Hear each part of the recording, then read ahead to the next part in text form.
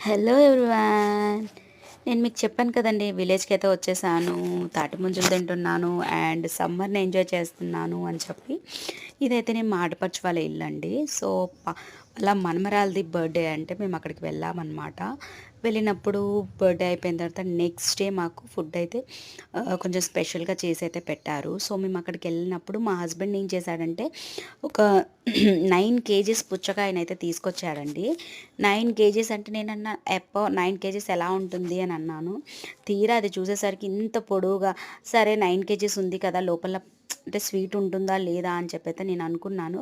But లేదండి. చాలా అంటే చాలా బావుంది.